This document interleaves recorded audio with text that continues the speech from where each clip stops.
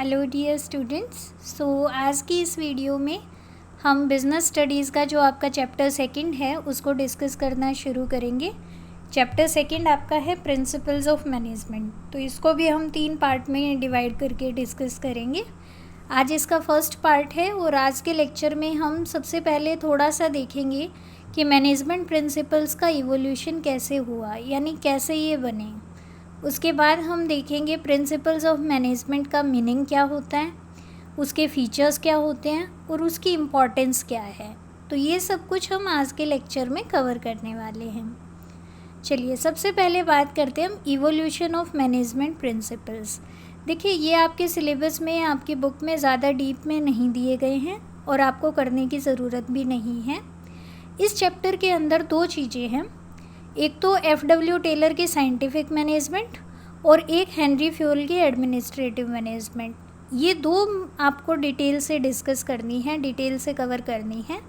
पर एक बार समझने के लिए कि किस तरह से मैनेजमेंट प्रिंसिपल्स बने हैं, हम ये देख सकते हैं कि ये 6 स्टेजेस के अंदर बने हैं। 6 स्टेजेस हम कह सकते हैं मैनेजमेंट थॉट्स की या मैनेजमेंट प्रिंसिपल्स की रही है। सबसे पहले है अर्ली पर्सपेक्टिव। देखो इसके अंदर क्या आएगा, जैसे कि पिरामिड बनाए गए वो BCs में बने थे। आपको पता होगा BC और AD जो क्लासिफिकेशन होता है टाइम का, तो 2900 BC के आसपास पिरामिड्स बने। अब उस टाइम जब पिरामिड्स बने तो कितने लोगों ने मिलके पिरामिड बनाए होंगे, राइट। तो यानी मैनेजमेंट तो कहीं ना कहीं रही होगी, तभी इतने लोग मिलके काम कर पाए। हमने क्या डिस्कस किया था, मैनेजमेंट एक ग्रुप एक्टिविटी है। तो यहाँ पे ग्रुप एक्टिविटी है, एक ग्रुप था जिसने मिलके काम किया, राइट। काफ़ी लोगों के ग्रुप ने मिलके वर्क किया तभी वो पॉसिबल हो पाया। और सिर्फ इजिप्ट नहीं, आप इंडिया में भी एग्जांपल ले सकते हो। कैलासा टेम्पल है जो आपकी अजंता एलोरा केव्स हैं, उनमें एक कैलासा टेम्पल है जो कि ऊपर से नीचे तक बनाया गया और उसमें काफ़ी सारे लोगों की मेहनत लगी। तो आप ये समझिए कि ये अर्ली पर्सपेक्टिव है मैनेजमेंट का, यानी शुरुआती दौर में भी मैनेजमेंट थी। मैनेजमेंट बहुत पुराना कंसेप्ट है, ये बताना चाह रहा है यहाँ पे। फिर धीरे धीरे आते हैं क्लासिकल मैनेजमेंट थियोरी वाले, ठीक है। फिर आता है नियो क्लासिकल थियोरी, फिर बिहेवियरल साइंस अप्रोच, फिर मैनेजमेंट साइंस अप्रोच, फिर मॉडर्न मैनेजमेंट। अब हम इन 6 को 1 बाय 1 डिस्कस करते हैं। अर्ली पर्सपेक्टिव मैंने आपको बता दिया कि जैसे पिरामिड बनाए गए तो उनमें बहुत सारे लोगों का कलेक्टिव एफर्ट लगा, उन लोगों को किसी न किसी ने मैनेज किया होगा, राइट। उसके बाद क्लासिकल मैनेजमेंट थियोरी की बात करें तो क्लासिकल मैनेजमेंट थियोरी में रैशनल इकोनॉमिक व्यू ये कहता है कि जो लोग होते हैं वो इकोनॉमिक इंसेंटिव से मोटिवेट होते हैं, यानी अगर उनको पैसा वैसा मिले तो वो काम करते हैं। ये पहले ओपिनियन था रैशनल इकोनॉमिक व्यू में। उसके बाद आई साइंटिफिक मैनेजमेंट, जिसके बारे में हम पढ़ेंगे। F.W. टेलर ने ये कंसेप्ट दिया था। एडमिनिस्ट्रेटिव मैनेजमेंट, इसके बारे में भी हम पढ़ेंगे, ये हेनरी फ्योल का कंसेप्ट है। और ब्यूरोक्रेटिक ऑर्गेनाइजेशन, ये मैक्स वेबर ने दिया था। आपको बहुत ज़्यादा डिटेल में जाने की ज़रूरत नहीं है, ठीक है। नेक्स्ट आता है नियो क्लासिकल अप्रोच। देखो नियो क्लासिकल अप्रोच में क्या आया, ह्यूमन रिलेशन वाला फैक्टर आ गया। ह्यूमन रिलेशन मतलब ये कहता है कि जो लोग हैं वो सिर्फ ऐसे मोटिवेट नहीं होते कि सिर्फ उनको पैसा दे दो तो वो मोटिवेट होंगे। उनका आपस के बीच में रिलेशन कैसा है, एम्प्लॉयज़ का एम्प्लॉयज़ के साथ, एम्प्लॉयज़ का मैनेजर के साथ, उससे भी डिसाइड होता है कि लोग कैसा काम करेंगे। तो ये नियो क्लासिकल थियोरी में आया। इसमें हाथॉन एक्सपेरिमेंट किए गए थे। ये हाथॉन एक प्लांट था, वहाँ पे एक्सपेरिमेंट किए गए और उस एक्सपेरिमेंट के बेस पे ये निकल के आया कि लोग सिर्फ इकोनॉमिक इंसेंटिव से इन्फ्लुएंस नहीं होते, आपसी रिलेशन से भी इन्फ्लुएंस होते हैं। जैसे अगर एक पर्सन को एक ग्रुप से निकाल के दूसरे ग्रुप में डाल दिया जाए, अगर वो दूसरा ग्रुप उसकी पसंद का नहीं है तो वो काम अच्छे से नहीं कर पाएगा, ठीक है। उसके बाद आता है बिहेवियरल साइंस अप्रोच। इसमें आपके पास डगलस मैकग्रेगर की XY थियोरी है, अब्राहम मास्लो की नीड हायरार्की थियोरी है, हर्जबर्ग के मेंटेनेंस और सेटिस्फायर डिससेटिस्फायर फैक्टर्स हैं। यानी इतना डिटेल में आपको करने की ज़रूरत नहीं है। इसमें बेसिक फोकस था ह्यूमन के बिहेवियर पे कि ह्यूमन बिहेव कैसे करता है अलग अलग सिचुएशन के अंदर। तो इसमें साइकोलॉजी, सोशोलॉजी, एंथ्रोपोलॉजी, इन सब को मिला के ये डिस्कस किया गया कि ह्यूमन बिहेवियर कैसे इन्फ्लुएंस होता है। ठीक है, अभी आपको इसको ज़्यादा डिटेल में करने की ज़रूरत नहीं है। देन आता है मैनेजमेंट साइंस या ऑपरेशनल रिसर्च। इसके अंदर फोकस था क्वांटिटेटिव टेक्निक्स के ऊपर, यानी यहाँ पे ये था कि डाटा इकट्ठा करो और उस डाटा के बेस पे डिसीज़न लो। ये है ऑपरेशनल रिसर्च। ठीक है, नेक्स्ट है मॉडर्न मैनेजमेंट, जो आज के टाइम पे चल रही है। तो इसमें सिस्टम थियोरी और कंटीजेंसी थियोरी आती है। सिस्टम थियोरी ये कहती है कि एक बड़ा सिस्टम है जिसके सब कंपोनेंट्स हैं, उन कंपोनेंट्स को आप सब सिस्टम कह सकते हो। तो ये पूरा सिस्टम इस सब सिस्टम पे बेस्ड है। अगर ये सब सिस्टम सही परफॉर्म करेंगे तो पूरा सिस्टम भी सही परफॉर्म करेगा। अगर ये सब सिस्टम सही परफॉर्म नहीं करेंगे तो पूरा सिस्टम कोलैप्स हो जाएगा। ये सिस्टम थियोरी है।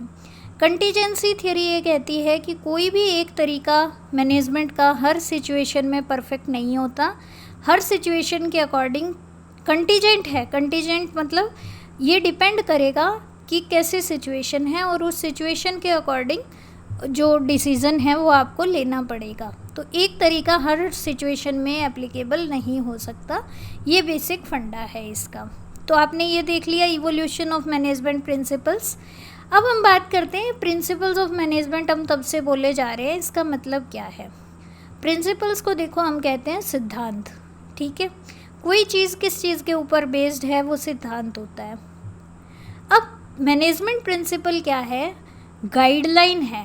गाइडलाइन यानी कि आपको दिशा निर्देश है, आपको बताया गया है कि इस सिचुएशन में आपको, यानी मैनेजर्स को ये बताया गया है कि इस सिचुएशन में ऐसे डिसीज़न लिया जाना चाहिए या आप ऐसे डिसीज़न ले सकते हैं। आपकी गाइडलाइन है ये आपको एग्जैक्ट डिसीज़न नहीं बताता कि आपको क्या डिसीज़न लेना है, लेकिन ये आपको गाइडलाइन बताएगा। जैसे एक प्रिंसिपल है इक्विटी का, वो कहता है कि एम्प्लॉयज़ को बराबर सैलरी मिलनी चाहिए अगर वो बराबर काम कर रहे हैं। तो ऐसा नहीं हो कि मेल को ज़्यादा मिल रही है, फीमेल को कम मिल रही है। तो ये क्या है, ये आपको ये नहीं बता रहा कि कितने रुपए की सैलरी मिलनी चाहिए। ये आपको एक डिसीज़न लेने में हेल्प कर रहा है कि अगर मेल की सैलरी 100 रुपये है तो फीमेल की भी 100 रुपये ही होनी चाहिए। राइट, तो ये होते हैं मैनेजरियल प्रिंसिपल या प्रिंसिपल्स ऑफ मैनेजमेंट। ठीक है, मैनेजमेंट के प्रिंसिपल प्योर साइंस की तरह नहीं होते। हमने पहले भी डिस्कस किया है ये चीज़ कि मैनेजमेंट के जो प्रिंसिपल्स होते हैं वो हर सिचुएशन में एप्लीकेबल नहीं होते। जैसे साइंस का प्रिंसिपल हर सिचुएशन में एप्लीकेबल है। अब ग्रेविटी है कि आप कोई चीज़ को ऊपर उछालोगे वो नीचे आएगी ही आएगी। क्यों? क्योंकि ये ग्रेविटी का लॉ है और ये सब जगह एप्लीकेबल होता है, चाहे आप मेरे घर पे कर रहे हो चाहे आप अपने घर पे कर रहे हो। लेकिन मैनेजमेंट के प्रिंसिपल्स जो हैं वो ऐसे नहीं होते, वो सिचुएशन के अकॉर्डिंग चेंज होते हैं। अभी हम आगे मैनेजमेंट के प्रिंसिपल्स पढ़ेंगे तो आपको पता भी चलेगा कैसे सिचुएशन के अकॉर्डिंग चेंज होते हैं। ठीक है, फिर देखो प्रिंसिपल्स ऑफ मैनेजमेंट और टेक्निक्स ऑफ मैनेजमेंट, ये दो अलग अलग चीज़ें हैं। देखो प्रिंसिपल्स ऑफ मैनेजमेंट आपको बताते हैं कि किन चीज़ों के ऊपर बेस आपको डिसीज़न लेने हैं, यानी आपको एक गाइडलाइन दी गई है। टेक्निक ऑफ मैनेजमेंट आपको बताता है कौन से तरीके से काम करना है। टेक्निक ऑफ मैनेजमेंट क्या है? मेथड बताता है कि कौन से तरीके से काम करना है। पर प्रिंसिपल ऑफ मैनेजमेंट क्या बताता है? आपको गाइडलाइंस देता है कि इस तरीके से काम किया जा सकता है। वो आपको मेथड नहीं बताता प्रिंसिपल। ठीक है, अच्छा फिर एक टर्म आती है वैल्यूज़। क्या वैल्यूज़ और प्रिंसिपल ऑफ मैनेजमेंट सेम है? नहीं। देखो वैल्यूज़ जो होते हैं ना वो जनरल रूल होते हैं जो कॉमन प्रैक्टिस से निकले हैं। जैसे ऑनेस्टी एक अच्छी पॉलिसी है, ये आपकी वैल्यूज़ हैं। ठीक है, ये कहाँ से आई है? हमारे पास सोसाइटी से आई, सोसाइटी ने हमें सिखाया। लेकिन प्रिंसिपल्स जो हैं वो कैसे बने हैं? वो वर्क सिचुएशन में एक्सपेरिमेंट कर कर के बने हैं। मतलब आपने जैसे ये दिया कि शाबाशी देने से वर्कर ज़्यादा अच्छा काम करते हैं, तो ये प्रिंसिपल कैसे बना? आपने एक ग्रुप को शाबाशी दे के देखी, एक ग्रुप को शाबाशी नहीं दी, फिर आपने दोनों को कंपेयर किया कि दोनों में से परफॉर्मेंस किसकी बेटर है। अगर शाबाशी देने वाले ग्रुप की परफॉर्मेंस बेटर है तो आप कंक्लूज़न निकाल सकते हो कि शाबाशी देने से ज़्यादा बेटर काम हुआ। राइट, तो आई होप ये चीज़ आपको क्लियर हो गई है कि प्रिंसिपल्स ऑफ मैनेजमेंट एक गाइडलाइन होते हैं जो मैनेजर को ये गाइड करते हैं कि उनको किस तरह से बिहेव करना चाहिए, उनको किस तरह से डिसीज़न लेने चाहिए। ठीक है, अब नेक्स्ट आता है नेचर, फीचर्स या करेक्टरिस्टिक्स ऑफ मैनेजमेंट प्रिंसिपल्स, यानी प्रिंसिपल्स ऑफ मैनेजमेंट की क्या विशेषताएं हैं। सबसे पहली चीज़ यूनिवर्सल एप्लीकेबिलिटी। इसका मतलब क्या है, देखो आप ये समझो, जैसे आपने कोई भी प्रिंसिपल लिया, उसको आप मैनेजमेंट प्रिंसिपल को आप बिज़नेस में भी अप्लाई कर सकते हो, आप कोई एनजीओ में अप्लाई कर सकते हो, कोई छोटी कंपनी में भी अप्लाई कर सकते हो, बड़ी कंपनी में भी अप्लाई कर सकते हो। तो इस लिहाज से इसकी यूनिवर्सल एप्लीकेबिलिटी होती है, यानी मैनेजमेंट के प्रिंसिपल्स को हम हर जगह यूज़ कर सकते हैं, लेकिन वैलिडिटी जो है वो यूनिवर्सल नहीं होती। इसका मतलब क्या है कि आपने मैनेजमेंट का प्रिंसिपल लगा तो आप हर सिचुएशन में सकते हो, लेकिन हर सिचुएशन में उसका सेम रिजल्ट आएगा ये ज़रूरी नहीं है। जैसे मान लो अभी हमने एग्जाम्पल लिया कि अगर शाबाशी देने से एम्प्लॉयज़ ज़्यादा अच्छा काम करते हैं, लेकिन हो सकता है किसी ग्रुप में शाबाशी देने से एम्प्लॉयज़ अच्छा काम ना भी करें। तो हर जगह सिचुएशन के अकॉर्डिंग रिजल्ट अलग आ सकते हैं, लेकिन यूनिवर्सली एप्लीकेबिलिटी है कि आप इसको अप्लाई हर जगह कर सकते हो। ठीक है, उसके बाद मैनेजमेंट प्रिंसिपल्स क्या हैं, जनरल गाइडलाइंस है, ना कि सॉल्यूशंस है। मैंने आपको बताया था कि ये गाइडलाइंस है कि आप ऐसे काम कर सकते हैं, ये आपको डायरेक्ट नहीं बता रहा कि आपको ये स्टेप करना है, इसके बाद ये स्टेप करना है, इसके बाद ये स्टेप करना है, ये नहीं बताता। ये आपको गाइडलाइन यानी दिशा निर्देश देता है। Then formed by practice and experimentation, मैंने आपको बताया कैसे ये डिसीज़न, जैसे बार बार डिसीज़न लेके देखे गए, इस तरीके से काम करते हैं तो क्या होता है, इस तरीके से करते हैं तो क्या होता है, फिर ये देखा गया कि ये वाला तरीका ज़्यादा अच्छा है, फिर उसको प्रिंसिपल बनाया गया। यानी ऐसे नहीं कि किसी के सपने में आ गए थे ये प्रिंसिपल और सुबह उठ के उन्होंने बोल दिया कि ऐसा होना चाहिए, ऐसा नहीं है, ये एक्सपेरिमेंटेशन के थ्रू आए हैं। उसके बाद फ्लेक्सिबल, ये प्रिंसिपल फ्लेक्सिबल है, सिचुएशन के अकॉर्डिंग इनको चेंज किया जा सकता है। ओके, अभी हम जब आगे पढ़ेंगे ना प्रिंसिपल्स, तब आपको समझ आएगा कि कैसे ये फ्लेक्सिबल है, कैसे उसको चेंज किया जा सकता है। उसके बाद इनका मेन एम किसके ऊपर होता है, बिहेवियर को इन्फ्लुएंस करने के ऊपर होता है। अभी आप आगे मैनेजमेंट के प्रिंसिपल्स जब पढ़ेंगे तो आप समझेंगे कि एम्प्लॉयज़ को कैसे मोटिवेट किया जा सकता है। ये इन चीज़ों के ऊपर फोकस करता है कि कैसे बिहेवियर ह्यूमन फैक्टर के साथ ये डील करता है। ठीक है, then cause and effect relationship, principles of management क्या बताते हैं, कॉज और इफेक्ट रिलेशनशिप बताते हैं कि ऐसा हुआ तो क्यों हुआ और ऐसा किया जाएगा तो क्या होगा। अगर आप इक्वल सैलरी दोगे तो क्या होगा, इक्वल सैलरी नहीं दोगे तो क्या होगा। ठीक है, नेक्स्ट है कॉन्टीजेंट अपॉन प्रिवेलिंग कंडीशन, ये वही फ्लेक्सिबिलिटी वाली बात है कि सिचुएशन के अकॉर्डिंग हमें इसको थोड़ा बहुत मोल्ड करना पड़ता है। ये कोई ऐसे रिजिड नहीं है कि एक जो चीज़ दे दी वही रहेगी। ठीक है, इसको सिचुएशन के अकॉर्डिंग चेंज करना पड़ता है। अब हम आगे चलते हैं और आज का लास्ट टॉपिक जो हमारा है significance of principles of management, इसको डिस्कस करते हैं। यानी प्रिंसिपल्स ऑफ मैनेजमेंट की इम्पोर्टेंस क्या है। सबसे पहली चीज़ ये है कि ये मैनेजर्स को रियलिटी के बारे में बताता है। ये मैनेजर्स को बताता है कि आप इस सिचुएशन में ऐसे काम करोगे तो आपको बेटर रिजल्ट मिलेंगे। ठीक है, उसके बाद ये ऑप्टिमम यूटिलाइजेशन ऑफ रिसोर्सेज यानी best possible use of resources enable करता है। इफ़ेक्टिव एडमिनिस्ट्रेशन एनेबल करता है, यानी कि ये मेक श्योर करता है कि आपके रिसोर्सेज वेस्ट ना हो, आपके रिसोर्सेज बेस्ट तरीके से यूज़ किए जाएं। फिर ये साइंटिफिक डिसीज़न होते हैं, ये इंट्यूटिव डिसीज़न नहीं होते। इंट्यूटिव क्या होता है कि इंट्यूशन बोलते हैं ना जिसको, कि मुझे ऐसा लग रहा है, अंदर से एक फीलिंग आ रही है कि ये होना चाहिए इसका आंसर। जैसे आप MCQs में तुक्का लगाते हो कई बार, तो आपका अंदर से लग रहा है कि ये वाला होना चाहिए, लेकिन आप मैनेजमेंट ऐसे नहीं कर सकते। मैनेजमेंट के लिए आपको साइंटिफिक डिसीज़न लेने होते हैं।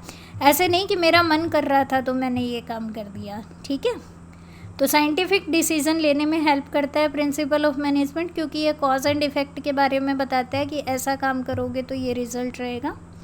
उसके बाद है मीटिंग चेंजिंग एनवायरनमेंट रिक्वायरमेंट। जैसे जैसे एनवायरनमेंट चेंज होता है वैसे वैसे सिचुएशन चेंज होती है, जैसे जैसे सिचुएशन चेंज होती है वैसे वैसे फिर आपको अपने प्रिंसिपल्स को भी चेंज करने की ज़रूरत है। आप अपने प्रिंसिपल्स को मोल्ड करते हो और वो प्रिंसिपल आपको हेल्प करते हैं उन चेंजिंग सिचुएशन से डील करने में। फिर है फुलफिलिंग सोशल रिस्पॉन्सिबिलिटी। देखो, प्रिंसिपल ऑफ मैनेजमेंट जो है ना वो सभी का ध्यान रखते हैं। सिर्फ ये नहीं है कि मैनेजर का ध्यान रखेंगे, सिर्फ ये नहीं है कि एम्प्लॉयज़ का ध्यान रखेंगे, वो शेयर होल्डर्स का भी ध्यान रखेंगे, वो आपके एनवायरनमेंट का भी ध्यान रखने के लिए कहते हैं, वो सभी का ध्यान रखने के लिए कहते हैं। ठीक है, तो सोशल रिस्पॉन्सिबिलिटी को फुलफ़िल करते हैं। उसके बाद मैनेजमेंट को मैनेजर्स जो फ्यूचर में बनने वाले हैं उनको ट्रेनिंग, एजुकेशन, रिसर्च के लिए भी इम्पॉर्टेंट है। अब अगर आपको जैसे पता होगा BBA MBA बच्चे करते हैं तो वो क्या है, वो उसमें क्या सीखेंगे, वो ये प्रिंसिपल्स ही तो सीखेंगे। इन प्रिंसिपल्स के ज़रिए ही तो हम ट्रेनिंग दे पाएंगे मैनेजर्स को। तो मैनेजमेंट को ट्रेनिंग देने के लिए भी ये इम्पॉर्टेंट होते हैं। तो आई होप ये प्रिंसिपल्स ऑफ मैनेजमेंट की सिग्निफिकेंस आपको क्लियर है। आज के इस लेक्चर में इतना ही। हम साइंटिफिक मैनेजमेंट नेक्स्ट लेक्चर में पढ़ेंगे। Thank you so much for your time. Have a good day.